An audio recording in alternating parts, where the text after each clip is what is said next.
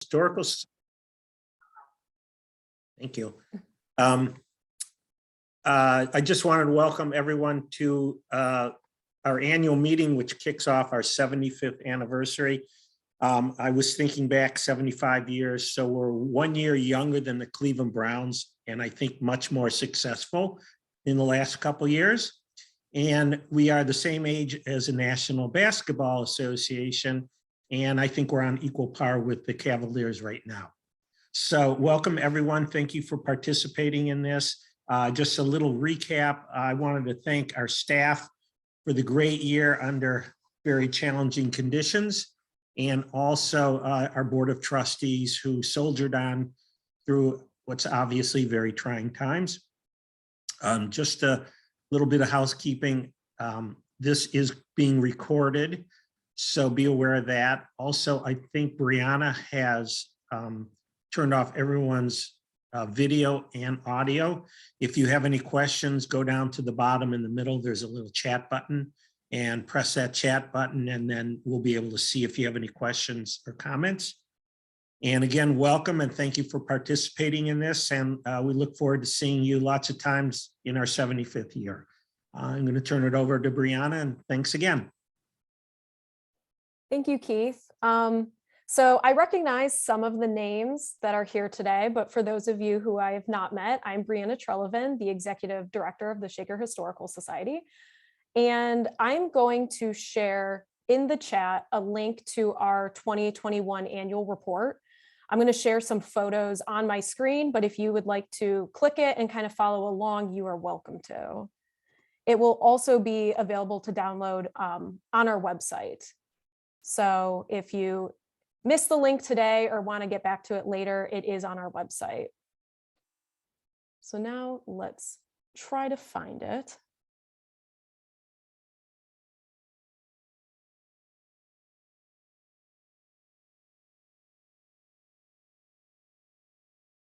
When you're trying to share one screen, that's when it gets a bit difficult. Okay, can everyone see the report?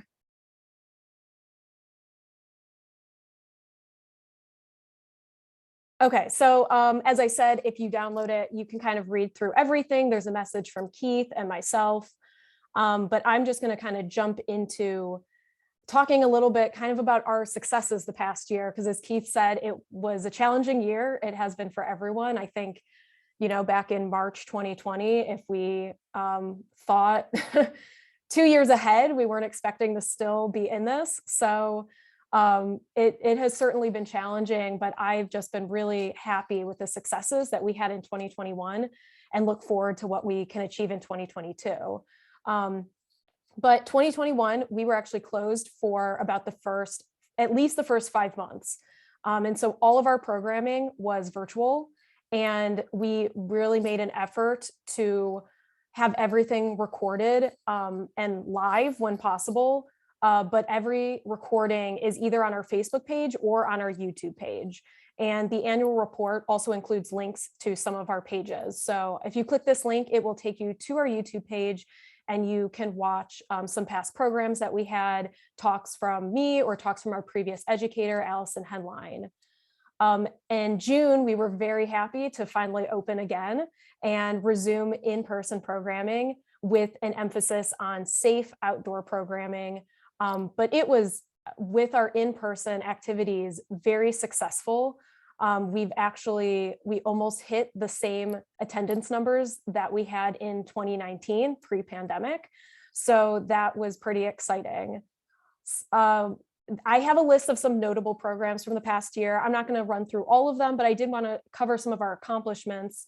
In addition to having very successful in-person programming, we also expanded some virtual programming and had 1,500 live attendees and a total of 5,200 views on our recordings. And that was at the end of 2021. So obviously that number will keep going up as the years go on. But it's a huge jump from the previous year, and really made me happy to see that we were having a reach with our audience even when we were closed. We also increased community collaborations, and this list on the side is probably not even all of them. I'm sure I forgot some, but this is a list of some of the local groups that we collaborated with in 2021. And it grew significantly from 2020. And we hope to keep growing it because we love working with other community groups. We also, again, this was when we were closed during our virtual programming, we began educator and director series to continue to connect staff with the community.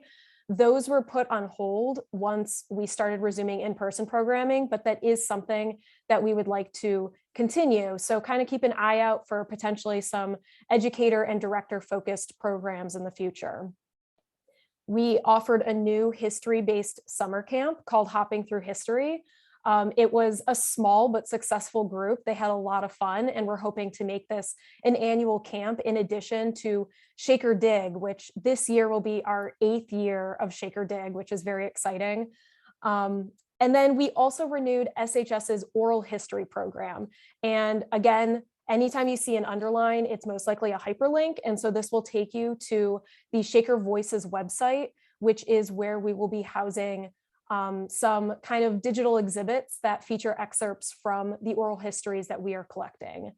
And we had received an Ohio Humanities grant to fund that. It allowed us to purchase recording equipment and hire an intern to kind of kick off that program. So that was very exciting. And then the last thing I wanted to mention related to education is that in the fall, we did say goodbye to Allison Henline, who joined us in the summer of 2020. She moved on to a new position at the Heinz History Center in Pittsburgh. So about the last quarter of 2021, we went without an educator, but stay tuned. We're going to announce the new one shortly. In terms of collections and exhibits, the list here includes some donors to the collection in 2021.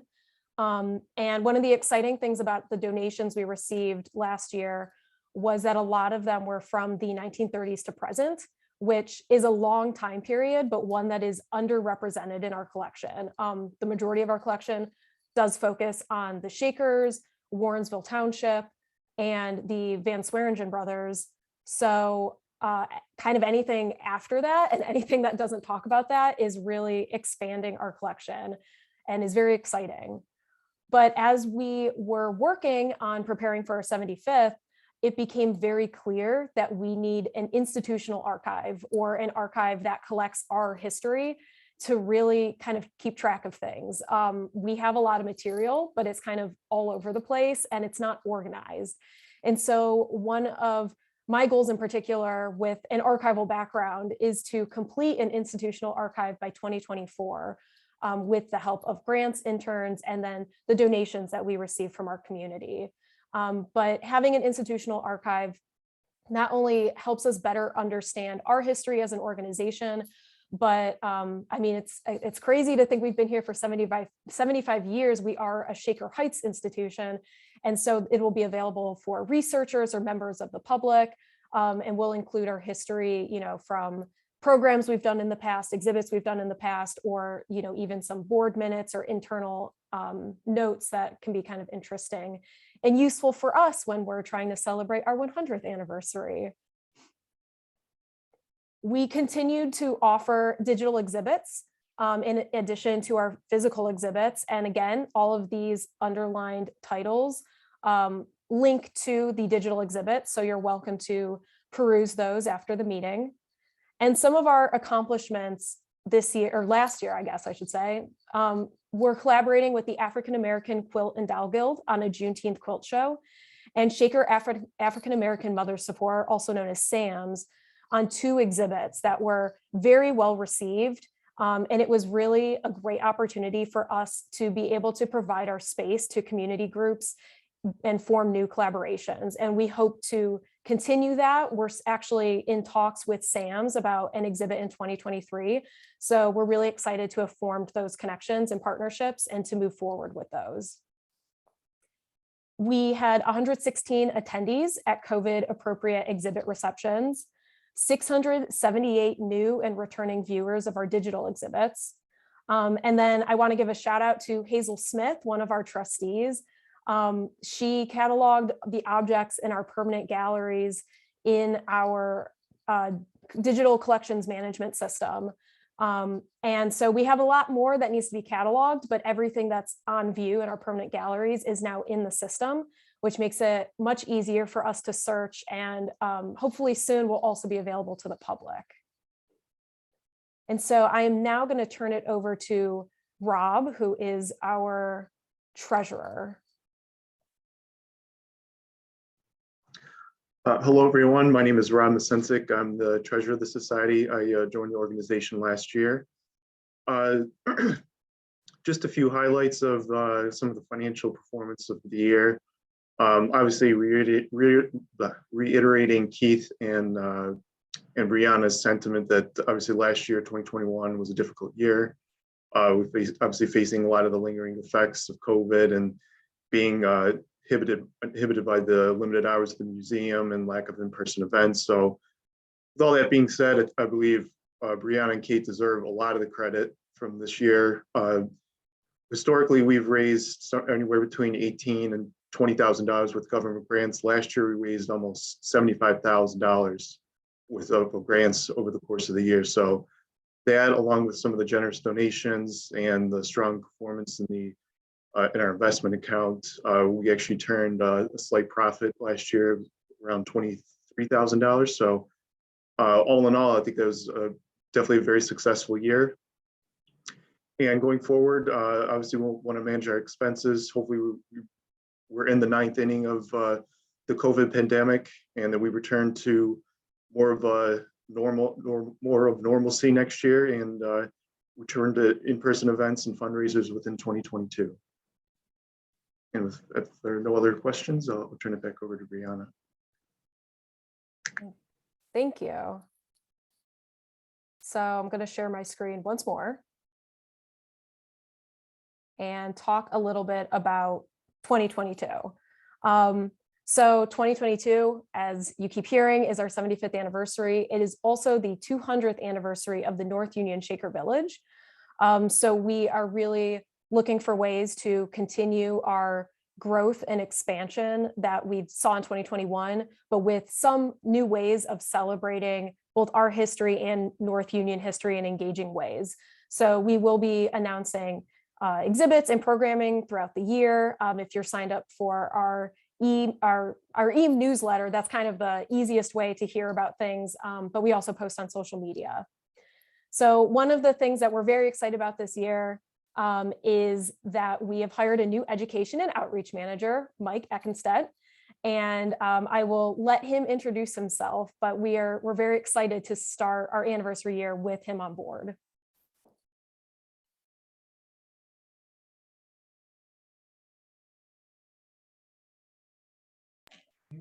Hi, my name is Mike Eckenstedt. I'm super excited to be with the organization. I've been, I guess I started a week ago last Wednesday, so 9 days on the job, but super thrilled to be here. I have a background in maritime archaeology and museums, education outreach, did AmeriCorps for a year. I forgot that I was supposed to do a bio, so I encourage you to see the one that I spent a lot of time on the website. Thank you so much. Back to Brianna. Thank you. Yeah, Mike's really cool. He's only been here for like a week, so you will get to know him. And yeah, we're really excited to be working with him and to learn more about maritime archaeology as we go along. Some other things that I wanted to mention with 2022 is we will shortly be announcing a new logo. We're very excited about this. A small team of board members and staff members have been working with Studio Chartreuse on rebranding. So we really wanted kind of a fresh look for our 75th, and we will be announcing that hopefully within the next couple of weeks. We wanted to do a separate announcement because we're so excited about it. So keep an eye out for that as well. I also wanted to just talk a little bit about our 2022 goals. So we are hoping to continue to increase our community outreach events. One of the reasons I think we were so successful last year is because we really made an effort to reach people where they are instead of expecting people to come to the museum. And so we really want to continue that, to do more events and programs in the community. We also want to make our collections database publicly accessible. So I had previously mentioned that Hazel, our board member, had been working on that, and it will slowly be added to and updated, but it currently is only available for us. And we do want to make that publicly available so anyone can search and see some of what we have. Eventually it will all be on there, but in the meantime, even a tiny bit is nice to see. We want to develop additional programs and curriculum to support local teachers and schools and to forge new connections with the schools. We have a goal of applying for more operations and programs grants. And then, as I previously mentioned, establishing and organizing an institutional archive. And then one of our more ambitious goals for the year is, as we look ahead with all of these dreams, one of our goals is to raise $75,000 throughout 2022 for our 75th anniversary. So that's something that you'll kind of be hearing about throughout the year. We have some fundraisers that are currently being organized, but we do appreciate your generosity and your support for us. And we hope to continue what we do well into the future. So right now I am going to invite our guest speaker, except we are currently having some issues with getting his camera working. So let me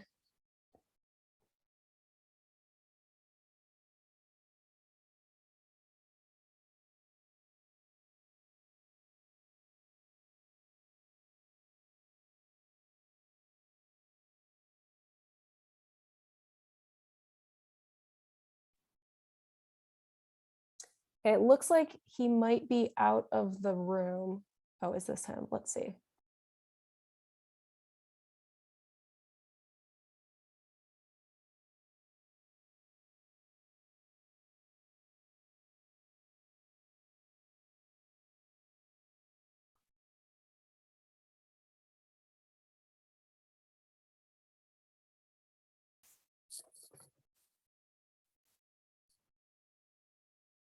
You gotta love that after 2 years, still trying to figure out Zoom technical difficulties.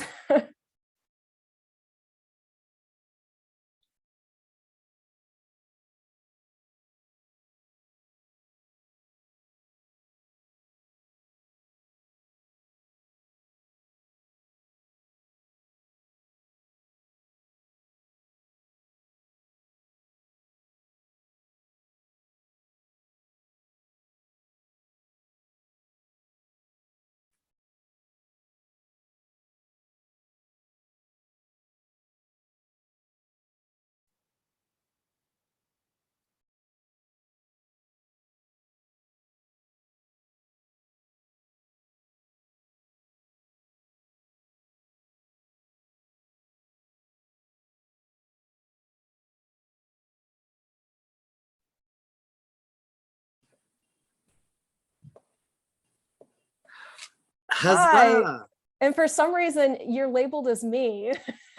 Yes, no, I noticed that. It was very interesting. I greatly apologize, folks. The technical difficulty, I'll own that.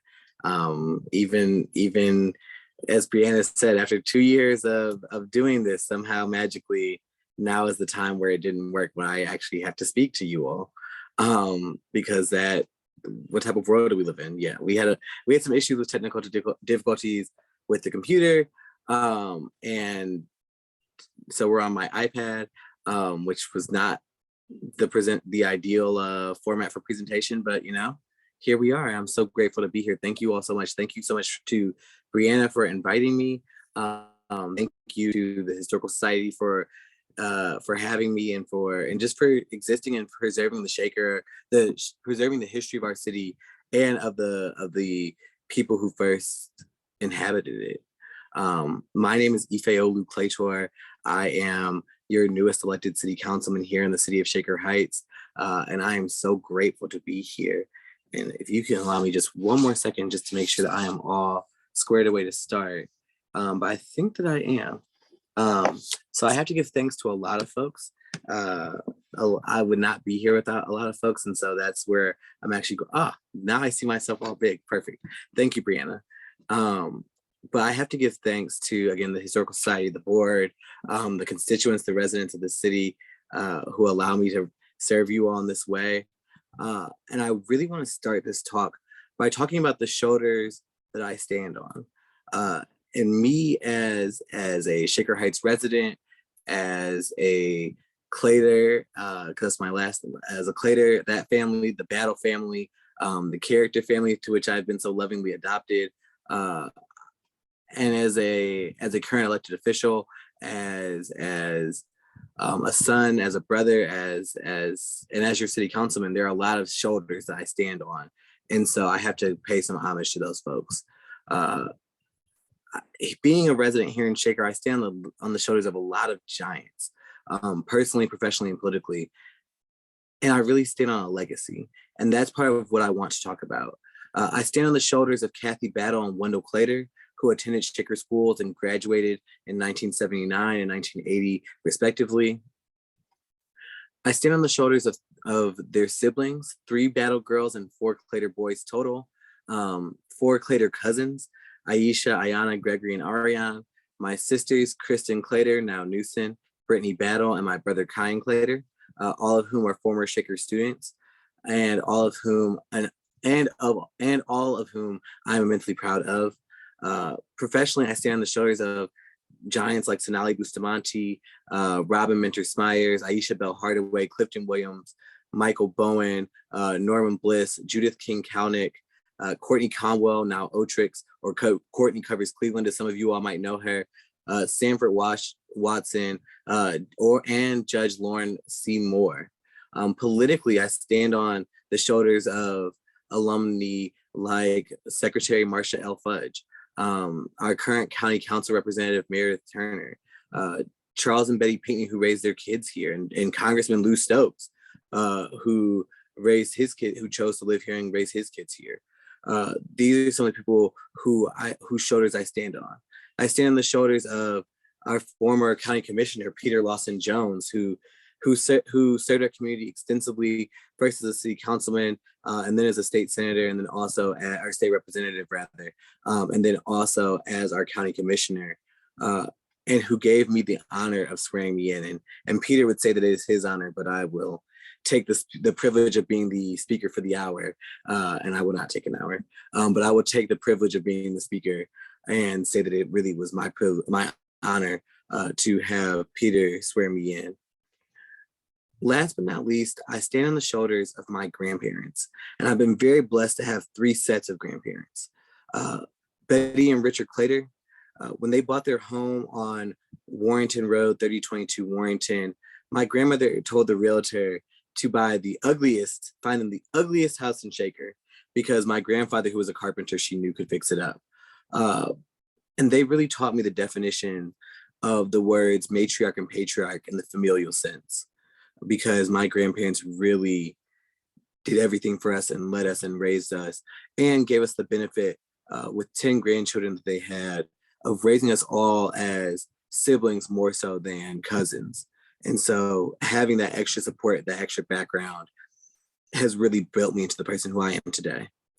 I have to pay homage to my adopted grandparents, Judge Carl Julius character and Deanne character, whose many children, grandchildren, and great-grandchildren attended Shaker schools and I actually have a cousin who's still at Shaker as a junior. But the characters, after my mother's parents passed away, the characters affectionately took us in, and I was very young to lose my grandparents. I was actually a student at Fernway when I lost my grandparents. So having adoptive grandparents who were best friends with my maternal grandparents to take us in, to love us, and to raise us, and to build us up was amazing, and I'm eternally grateful. I cannot say thank you enough to both of them who have now passed on, and the support, and I'm grateful for the support their family still provides me. And last but not least, I cannot forget my maternal grandparents, Joe and Evelyn Battle. Evelyn, a social worker by training, who put her skills and talents to work in the Cleveland Municipal School District through the Cleveland Scholarship Foundation, now College Now Greater Cleveland. And Joseph Howard Battle, a realtist, before Blacks could hold the title of realtor. Grandpa Joe, Born in 1927 in Rocky Mount, North Carolina, adopted likely by relatives to grow up in the Youngstown area. A 1945 graduate of Strethers High School, and was the only Black in his graduating class and also served as class president. Grandpa Battle attended Youngstown State University, where he studied history, and he also had the benefit of pledging Kappa Alpha Psi Fraternity Incorporated, which is a legacy that I am so proud to walk in, having pledged myself at Miami University. He married Evelyn Moore Buckner, my grandmother, on December 26, 1953, and the couple moved to Shaker Heights in the late 50s, first living on Albion 3013 before moving to Keswick 3129. And this is a legacy that I'm really proud to walk in because my grandfather was an amazing man. My grandfather, most importantly about my grandfather was bold, brave, and strong. He was not afraid. He, as a realtist, then before being a realtor, my grandfather helped integrate communities of ours like Ludlow. And I think that this is part of why I want to center on my grandfather, because this history is difficult. And I thought it was so appropriate for me to, when Brianna asked me to speak for this meeting, I thought it was extremely appropriate to talk about a difficult history and the ways that we can take that difficult history and learn from it and continue to move forward and to grow with it. So as some of you may know, or a lot of you, I think a lot of people, we don't really talk about this, but when the first Black families were moving into Shaker Heights and moving into the Ludlow neighborhood, it was not uncommon for houses to be found. There was a house being prepared for a family to move in on Corby, which now if you think about Corby being in the Ludlow neighborhood, you wouldn't bat an eye at a Black family. It would not be remarkable or newsworthy for a Black family moving into the Ludlow neighborhood. But as we think about the idea of a house being bombed, where someone was hoping to live and raise their children and grow, their house was bombed in the 1950s. And the community coming around, surrounding this family and really loving them and helping to nurture them and helping them to rebuild and to grow after this tragic experience is what really started what we know today and what we knew then as the Ludlow Community Association. And as I did this research, I forgot to give thanks to somebody who's on our call, Megan Hayes Crampton, because she definitely helped me a lot by pulling a lot of data and a lot of documents as I did my research on the Ludlow Community Association. But this community association, they really put their money where their mouth was. I don't think I can say that, I can emphasize that enough. They really worked to establish and create a neighborhood that was integrated. And not just, oh, there's a Black family or two there in this neighborhood, but in the idea, in the time in which people were fleeing, when white flight was prevalent, they were encouraging and really recruiting white families to move into the community. And I think that we have to think about that because a lot of us who live in Shaker live here for that reason.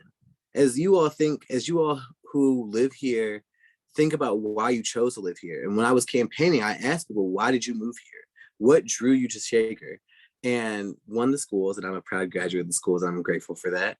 But also, people wanted a community that was integrated, where their kids would not be the only, and where their kids would be able to achieve and learn from people who had different backgrounds and different perspectives.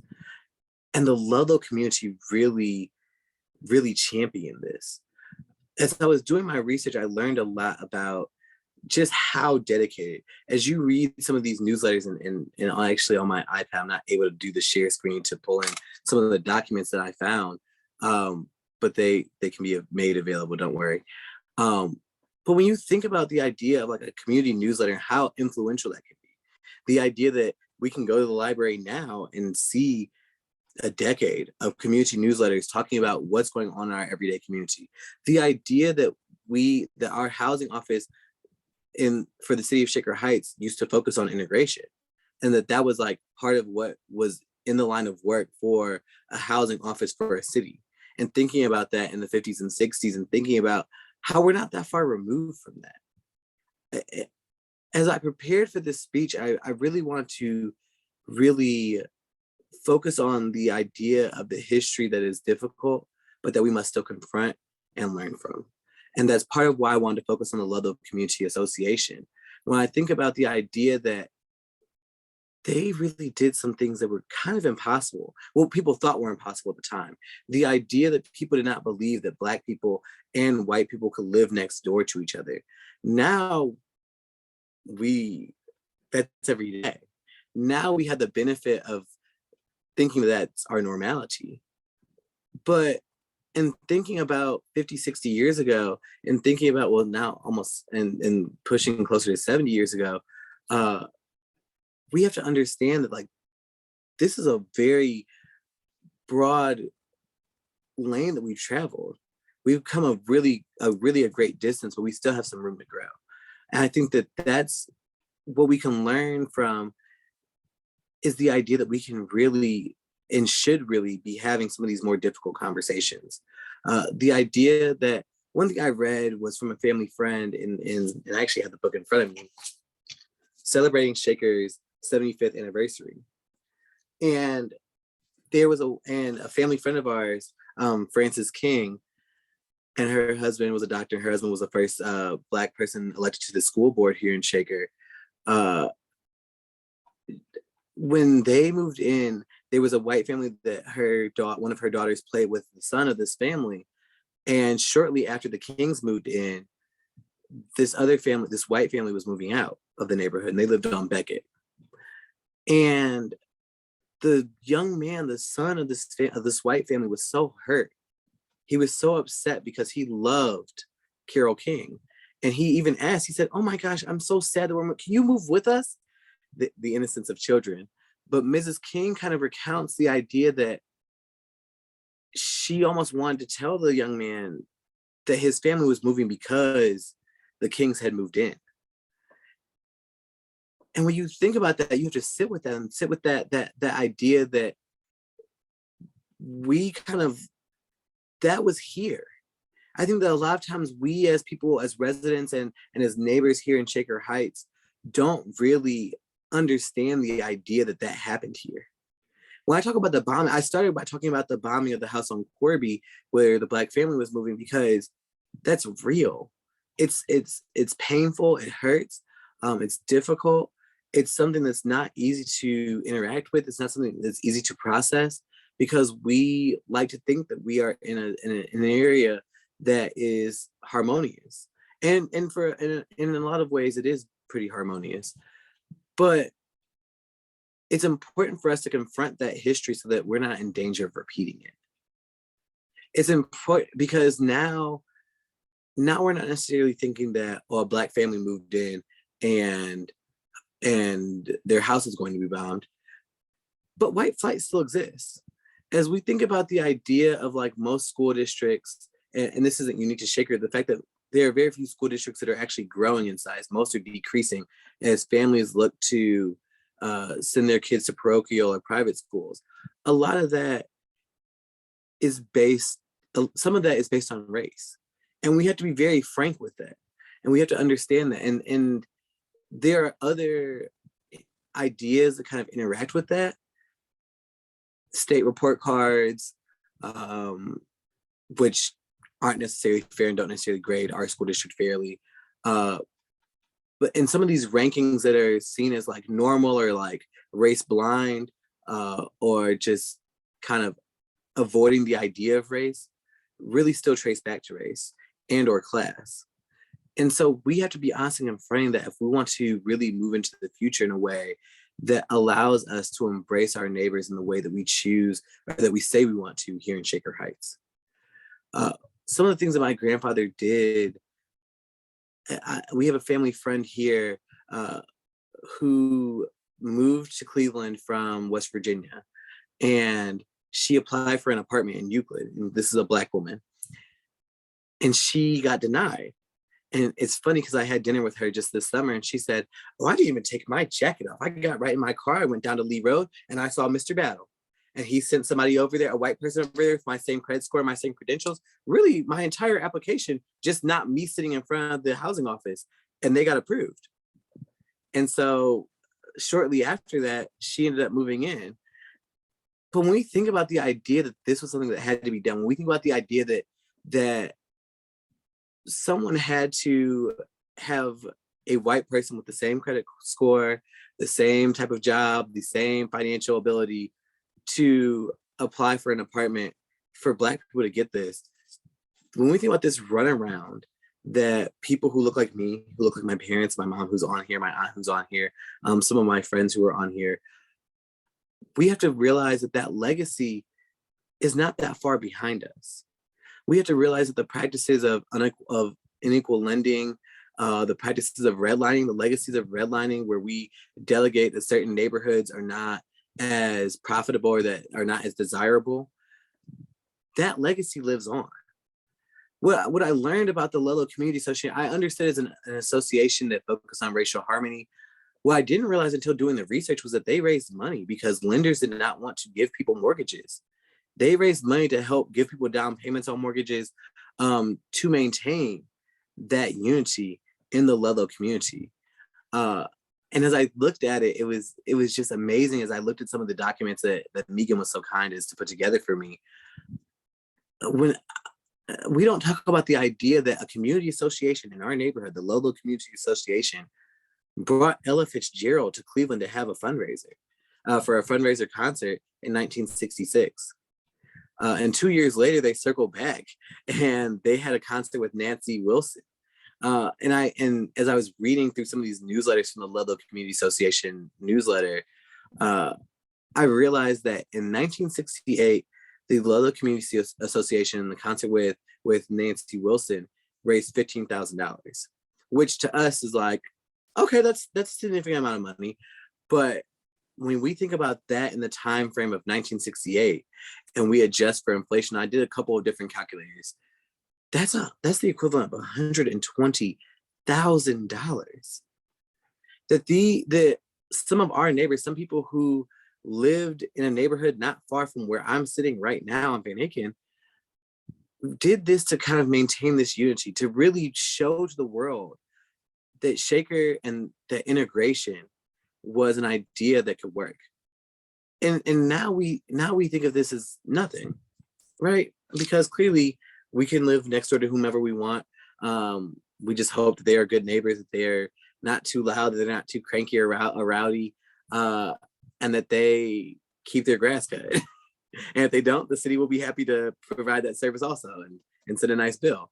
But we don't think about the idea that integration was even hard here.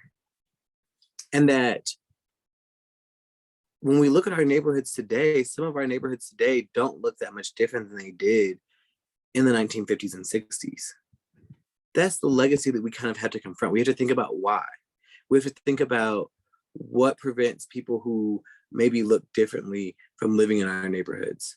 What opens up our neighborhoods to certain kinds of people? What are we carrying with us? How welcoming are we being? Are we putting our money where our mouth is in the ways that the Ludlow Community Association did? And in that sense, a lot of us aren't, and that's okay. It is okay. We are able to grow. We are human beings. We are quite capable of growth and doing well for ourselves and doing well for our community. And we're only capable of that, though, when we confront the history that we have behind us, when we interact with these ideas, when we really think about it, when we don't just say that we care about certain ideals, but we actually act them out and live them out and really work towards them. And that's one of the blessings, one of the things I'm most grateful for, and what I learned from the Ludlow Community Association, what I learned from the legacy of my grandfather, and so many other giants and heroes whose names we don't even know. When we think about the idea that these people were so committed to showing the world, showing our country and the world that integration could work, and the idea that they really had to work at it, the idea that this was something that people did not believe, it's almost maddening. It's so foreign to us in 2022 now, but it's something that we have to kind of grapple with and learn from and grow from, so that we are able to continue to be welcoming to our neighbors today, so that we can continue to walk in this future and we can continue to solve problems. We can continue to be welcoming. We can continue to really reevaluate everything around us and think about, are these systems equitable? Is housing equitable? Is the cost of these houses equitable? Is our structures equitable? Are the street plow? In the last couple of weeks, I've received some emails about street plowing and sidewalk plowing, but it's the distribution of those services. Me as a council person, I have to grapple with. I saw at least one of my council colleagues on the call. We have to grapple with, are those equitable? And if we believe in equality, if we believe in equity, if we believe in being welcoming, if we believe in serving others, if we believe in these legacies and we believe in integration and diversity and inclusion, not just diversity, but inclusion, not just having people who look differently from us being present, but actually including them in the decision-making part of why I ran. As we really interact with those ideas and we say that those are things that we believe in, those are ideas that we espouse, that we believe in, we have to look at ourselves in the mirror and think about, are those really ideas that we are working toward? Do we believe in equality and equity? Or possibly. Are we working toward equality and equity?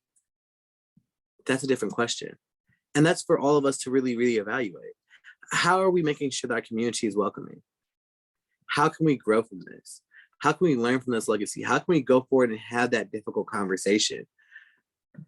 When I think about the idea that houses are bond, when I think about some of the letters that my grandfather received, my grandfather might do an interview on the news, and the next week there'd be a letter in the mail with horrible imagery and horrible language. And when we think about this idea and threats, when we think about this idea that some of our ancestors had to be so brave to get us to the point of where we are today, it really makes me question, how do we live on to that legacy? How do we honor that legacy? How do we cherish that legacy? How do we grow in that? And the way that we grow in that is by learning from it and by interacting with it on a regular basis, not just for a one-off conversation, not just for you taking the wonderful time of listening to me this afternoon, but really understanding and sitting with that and sitting with, okay, how is it that we can make this community better? Because we don't have to worry about our houses being bound. We don't have to worry about a Black neighborhood or a Black household in our neighborhood being bound because it was formerly an all-white neighborhood. We don't have to worry about getting death threats in the mail for advocating for equal housing. These are the things that we kind of are freed from because our ancestors walked through it and they lived through it, and they grew, and they brought us to this area where this age where we don't have to think about certain things, where we could even have the privilege of thinking that we don't see color, as some people will say. I'll correct that. If you don't see color, you do not see me. But because I am very much a brown person, a person of color. But I think it's important for us to really kind of, all of us to sit back, and I had to sit back and reevaluate myself and think about, how can I do better? How can I make sure that this community is one that where all of us feel at home? And I ran on that as an idea, but I had to reevaluate how I actually walk that talk. And I think that's something that all of us have to do as we think about the city in which we live, the history that we honor, the reasons that we lived, that we moved here, and thinking about the history that we walk in. There are so many giants here whose names we don't necessarily even mention, whose names we don't know. And there are some people whose names we might never know. But they left a legacy that was so strong and so rich and so amazing that allows us to be in this space. And so what I want to leave you all with this afternoon is to just not be afraid of that. To not be afraid to have that difficult conversation, to not be afraid to correct a friend or a family member or a coworker who says something that's inappropriate and that we know is inappropriate. To not be afraid to look at an idea critically or to look at a policy critically and identify where it's inequitable, where people who may not look like you might be hurt by this policy, where people who may not have received as much formal education as you have may be hurt by such policy. and really kind of grapple with that and say, is this fair? Is this equitable? Is this serving our community as it looks, or the people who may aspire to live in our community? That's what I want. That's what I kind of gathered in what I grew from this week, and as I prepared for this talk. But also what I want to hand over to you all and really give to you all is the idea that we can really do some amazing things. And we can do these amazing things because they've been done. We don't necessarily understand, and I've learned a lot about what has been done from our neighbors in Ludlow and from their ancestors, from those folks who lived in those houses decades ago. But we have that same capability. We have that same power to go forward and to do amazing things, to really shake up our communities, to shake up our workplaces, to shake up our schools, to shake up everything around us, every environment that we interact with. We have the opportunity to really do some phenomenal work and to make it and to improve every space that we enter. And so as I close, I want to ask you all to really think about that and to think about the ideas that we say that we believe in, and if we're acting them out. And then let's think about the courage of the folks who came before us and the opportunities that we had to create change after us. And let us continue to grow. And that is the speech today. Thank you all so much. Thank you so much, Ifeolu. I found that very moving. I'm sure a lot of people did. But I think you have such a unique perspective with generations of family who have seen change, but then also recognize that change doesn't stop and it needs to continue. And then, I mean, speaking from a historical society, I think, you know, it's one of those things where if you're not uncomfortable while talking about history, you're probably not really talking about true history. So we need, and we're learning that today. Yeah, exactly. So, I mean, it's true. Like if you want to be honest about history and you want to be honest about change, you have to be uncomfortable. And it's something I think we're all learning to settle with. I know I am. I don't know if anyone likes to be uncomfortable, but it's necessary. But that was it's necessary for growth. Yeah. And that was just really great. I think it's very exciting for Shaker Heights to have you now in a position of change and growth as a new city councilman. So congratulations on that. And we look forward to everything you're going to do in that position. So now I believe that attendees should be able to turn on their mics and videos. If anyone has any questions, you're welcome to ask them either via your mic or through the chat feature.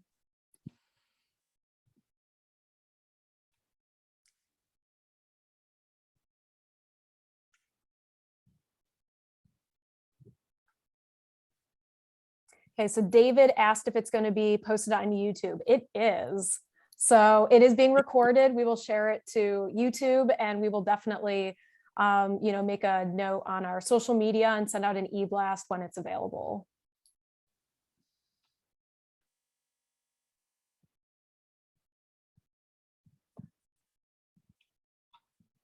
Any other questions? I'm here. I'll take them.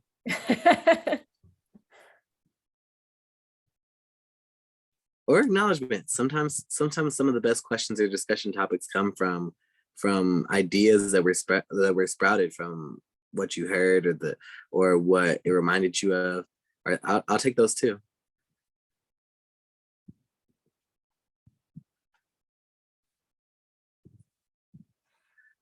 How do I inspire people to become comfortable with being uncomfortable? That's a really good question. Hold on, I'm going to open the chat one more time just to make sure. Mirielle Kios? Oh, it's Murray. She's one of our board Murray. members. Yeah. Thank you very much for making sure I got some of my, and being named Ifeolu, I make a very strong effort to pronounce this. I appreciate it. Yeah, Mireille Caius, I enjoyed your speech very much, but this is something that I think about, I would say, on a daily basis, because we are in that place in time in humanity where these conversations are literally instrumental for our evolution and the evolution of our psyche. Yeah. And so I'm just curious I'd love to learn from you. I always look for ways to inspire others. And I think a lot of it starts with self-awareness, but there are varying degrees of self-awareness. And so how do you inspire some people that may not be there yet, or may not be comfortable with being uncomfortable? As Brianna said, is being uncomfortable a good thing? I mean, I don't know. As long as it's about not being afraid more so, with Yes. just, it's a fear-based thing. Yeah. So I'd love to hear your perspective. I think that how you help people from that is that we are all students in life. We are all growing. We are all evolving. We are all growing into the best version of, well, hopefully the best version of ourselves. And so it's important to realize that uncomfortable moment, if it pushes you to grow, is helpful in the long run. There are terrible things that happen every day. There are horrible things that happen every single day. But when an earthquake hits, or a tornado, any natural disaster that hits, we also get to see the beauty of humanity, and like who gets to send people sending donations and surrounding and sending, whether that's housing items, whether that's money, whether that's food, water. We sent water to Flint, and granted, there's still a lot that needs to be repaired in Flint. That's not to say that any of these battles are won, but in the same way that we can see a natural disaster and rally around it and support those affected, we can review history the same way. And that uncomfortable moment where it might hurt, it might be uncomfortable, it might be jarring, it provides you the opportunity to think, okay, sit back, think, and then continue to grow from that, to evolve from that. I think that focusing on the end point, not necessarily the pain or the frustration or the difficulty that it takes to learn that idea, but focusing on the idea of where you're going to be on the other end of it. It's not easy. Don't get me wrong. It's not easy, but it's necessary. And I think that's where you kind of can help convince other people. It's just understanding that it's necessary. Like, this is going to be uncomfortable. And I actually just had a conversation with a mentor of mine. In an organization, they made a decision that I didn't agree with. And I told him, I said, I would not have operated that way. I would not have made that decision. I think that it was a poor decision for X, Y, and Z reason. And they explained their rationale. I said, I understand your rationale. We disagree. But again, that type of stuff isn't necessarily easy. But at the end of the day, it's going to be okay. That's still a big mentor of mine. Even if he made a decision I disagreed with. And so we can still be good people. We can still grow, and we're going to be better people for interacting with an idea that might be difficult. And helping other people to understand that. I think it's just the consistency and the confidence to continue to interact with people in that way and encourage them and say, hey, it's okay. This is not the best way that we could do things. It's not the best way to think. Certain times we hear certain language that, hey, that language might be inappropriate, and correcting those folks and growing from that uncomfortable moment. But again, it leads us into a better future, and focusing on that, I think is the one of the best ways to continue to do that and kind of continue the conversation, even and help people be more comfortable being uncomfortable. If that helps, Mireille. It does. I love that. Thank you. Thank you. Yeah, beautiful response. Thank you. Absolutely. I'm done. You're done?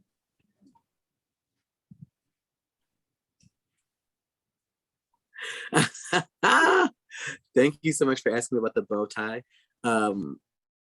Most bow ties I wear are actually handmade by a small entrepreneur, a small Black-owned business here in Cleveland, the Whatnot Bow Tie Company.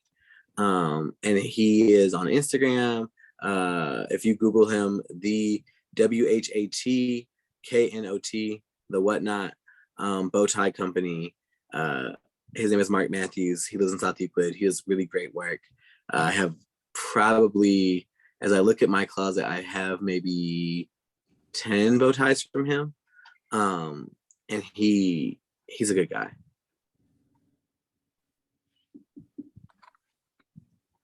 I did want to point out that before the bow tie question, David shared a link to a Shaker Life article. That's an interview with Shelley Stokes Hammond about the Ludlow Community Association. So highly recommend clicking that and looking that over. Yes.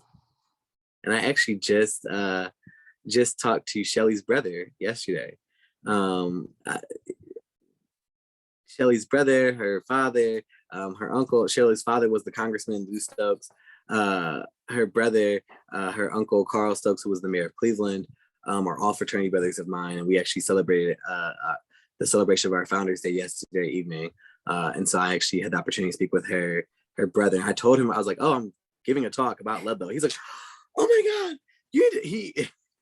he was just ecstatic." And he's like, "Oh no, you need to call my sister Shelley. My sister Shelley's done a lot of research." And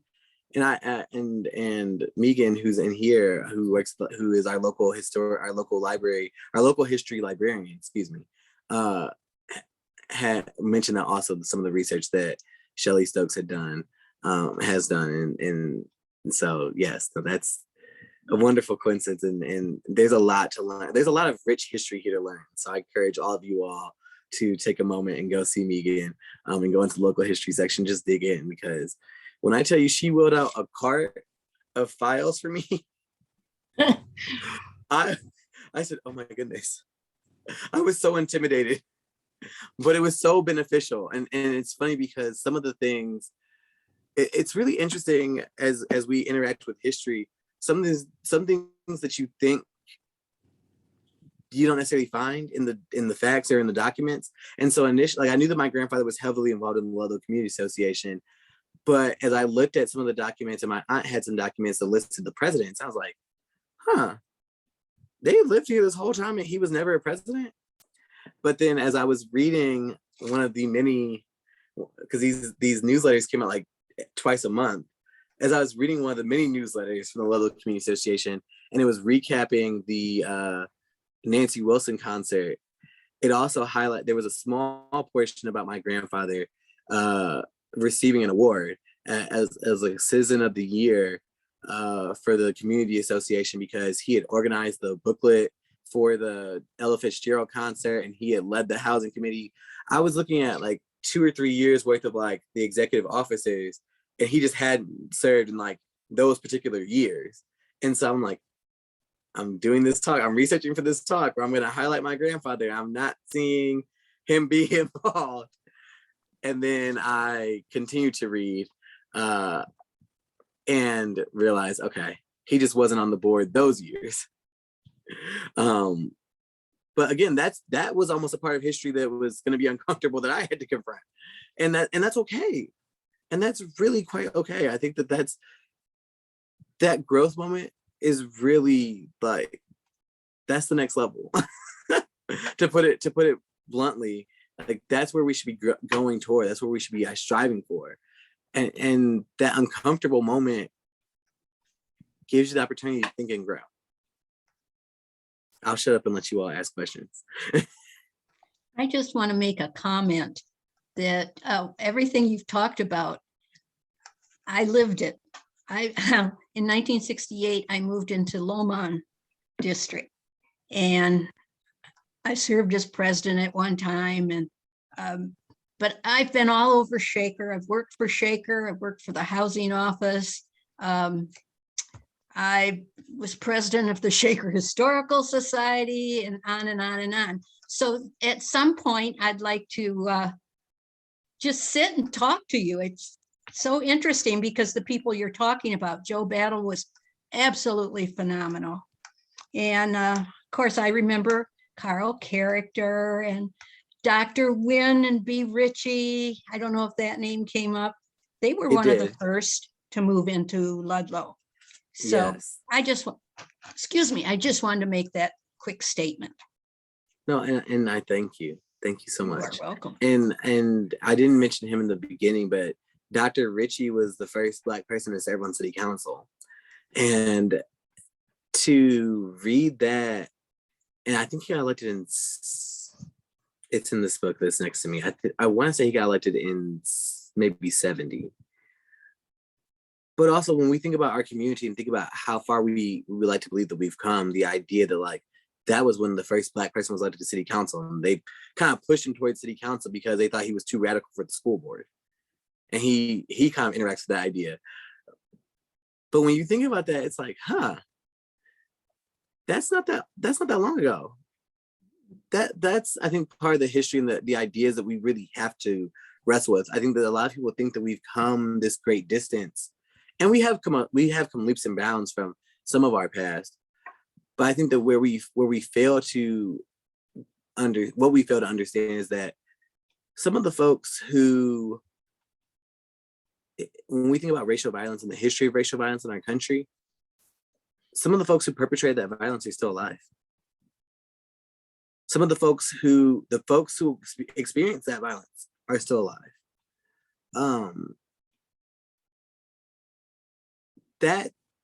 That's really something that like we have to think about as we think about the idea that and people like to throw around the idea that we're in a post-racial society. And this talk was not to be completely just all about race and the history of racism in the country, but the idea that we aren't that far removed from that. My mother is on this call. My mother experienced racial violence as a college student. She graduated from Shaker in 1979. And so so in the mid 80s in Atlanta, she experienced racial violence.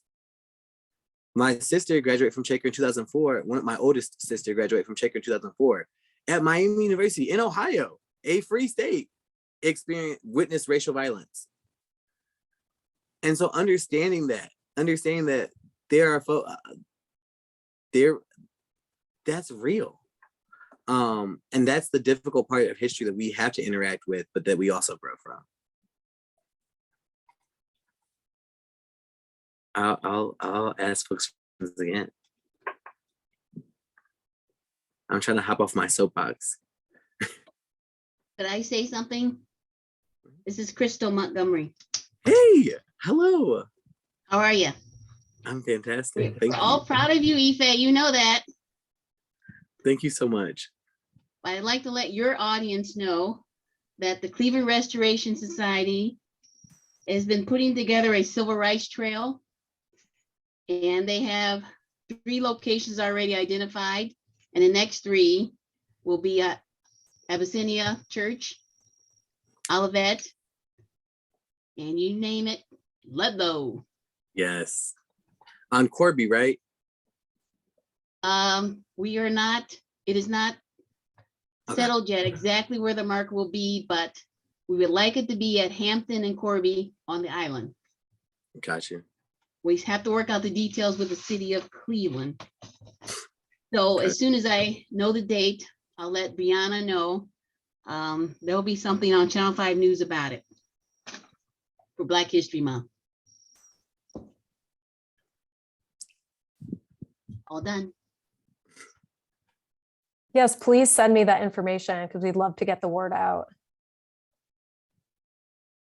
And Yes, I want and you to that know, will be- Ife, that I mentioned your grandfather. Thank you. Thank You're you. welcome. And Megan mentioned that that's going to be close to the house of John and Dorothy Pegg. And that's the house that was bombed. That's correct. In the little neighborhood. So Yeah. yeah, I mean that's part of where we grow. Yep.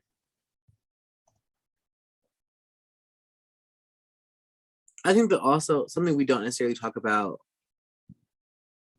and I probably should have said this in my formal speech, but the idea that like these things that our ancestors, and particularly individually my ancestors, were working on, I mean, these were groundbreaking. I mean, these were these efforts were replicated across the country, were idealized and written about all across the United States, because this was groundbreaking. And that's part of why I wanted to focus on this history, because this is the legacy in which we walk, but we don't necessarily talk about it every day, and I don't know that we really understand it. I didn't realize until doing the research for this talk that we brought Ella Fitzgerald to Cleveland for this. Like, hello, like this is amazing. And when I saw they raised $15,000, that sounds like a year of tuition at Miami. But then when I did the calculator of like what that in 68 means towards to now, it's like, whoa, this is massive. And understanding that and understanding that like there's a lot of things, there's a lot of really good work that we can do when we put our minds to it. And that these people were extraordinary, but like we also have the opportunity to be extraordinary. And that's part of why I'm grateful that I'm glad that I was able to talk about this, because I think that it gives us all this wonderful opportunity. Can I say something? This is Megan. I really enjoyed your speech, Ife, and I feel like you're doing something that a lot of us who work with this history really forget. And I'm so glad that you're doing it, which is to not only remind us of what has happened, but to link it to what we can do. I think that's invaluable. And that's why you're in such a good position to lead us and to know that history and to bring it forward and to talk about the accomplishments of the past, but also how we take those lessons and don't just rest on them. Don't just rest on the laurels of the past generation and say, wasn't that great what was accomplished, but to say, this is inspiring us and how we can also face odds that seem insurmountable in our own generation and persevere and do that hard work that they did. So I loved the theme of your speech. So thank you for taking the historical materials and bringing it to life. That's every archivist's dream. It was my pleasure. And I thank you for your help, because you definitely. Oh, my goodness. My pleasure. Also, guys, this is what our tax dollars pay for. The library is a fantastic resource. I'm so grateful for it. And I mean, growing up in the Moreland neighborhood, I grew up very much at the library. And so I'm just very appreciative. What kind of flags are those? Are there other questions?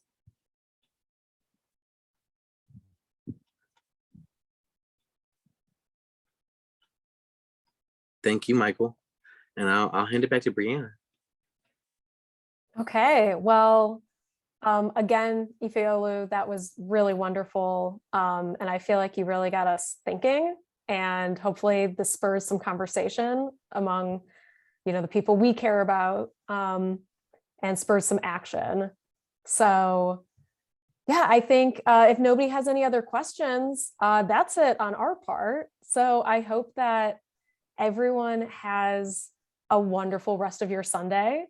And again, we will be posting this on our YouTube page, and we'll send out an email and a post on social media when it is ready. But otherwise, everyone have a wonderful Sunday. Thank you. That was Bye. wonderful. Bye-bye. Thank you all. Have a great Sunday. You too.